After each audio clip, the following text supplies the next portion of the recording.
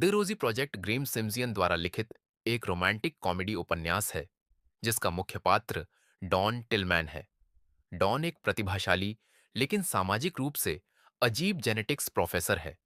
उसका जीवन पूरी तरह से नियमों, समय सारिणी और तार्किक निर्णयों पर आधारित है। उसे भावनाओं, सामाजिक संकेतों और सहज व्यवहार को समझने में कठिनाई होती है, जिससे उसके रिश्ते लंबे समय तक नहीं टिक पाते। डॉन को लगता है कि प्यार और विवाह केवल तर्क और विज्ञान के आधार पर सफल हो सकते हैं। इसी सोच के साथ वह शुरू करता है ड्वाइव प्रोजेक्ट, एक वैज्ञानिक और व्यवस्थित योजना जिसके जरिए वह अपने लिए उपयुक्त जीवन साथी खोज सके। डॉन एक लंबा प्रश्नावली आधारित फॉर्म तैयार करता है जिसमें खानपान, आदतों, समय की पाबंदी, धूम्रपान, शराब, स्वभाव और जीवन शैली से जुड़े सख्त सवाल होते हैं। उसका उद्देश्य है ऐसी महिला चुनना जो उसकी दिनचर्या में व्यवधान न डाले और उसकी बुद्धिमत्ता व जीवन शैली से मेल खाए। परंतु जल्द ही उसे एहसास होता है कि सभी संभावित उम्मीदवार असफल साबित हो रहे हैं। इसी दौरान डॉन की मुलाकात होती है रॉजी जारमैन से, जिसे उसके मित्र जीन्स उसे मिलवाते हैं।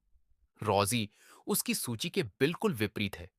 वह भावनात्मक, सहज, अक्सर देर से आने वाली, शराब पीने वाली और बिना योजना के जीवन जीने वाली लड़की है। डॉन तुरंत समझ जाता है कि रोजी उसके वाइफ प्रोजेक्ट के लिए उपयुक्त नहीं है, लेकिन फिर भी वह उसकी ओर आकर्षित होता है। रोजी बताती है कि वह अपने जैविक पिता की तलाश में है और यही खोज डॉन के जीवन में एक नया मोड़ बन जाती है। डॉन इस चुनौती को एक वैज्ञानिक मिशन की तरह लेता है और शुरू होता है दी फादर प्रोजेक्ट। दोनों मिलकर संभावित उम्मीदवारों के डीएनए टेस्ट करवाने, जानकारी इकट्ठा करने और सुराग ढूंढने की प्रक्रिया शुरू करते हैं।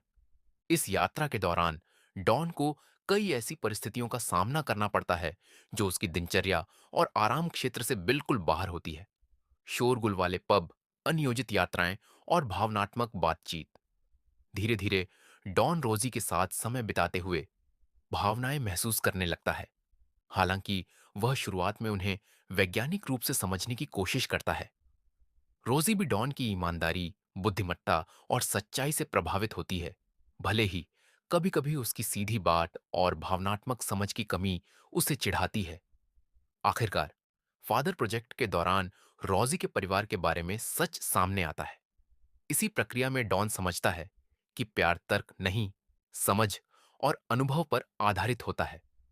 वह स्वीकार करता है कि रॉजी के साथ उसका संबंध मूल्यवान है, चाहे वह उसकी प्रश्नावली की कसौटी पर खरे उतरे या नहीं। अंत में डॉन अपने निर्धारित नियमों को छोड़कर एक स्वाभाविक और मानवीय दृष्टिकोण अपनाता है।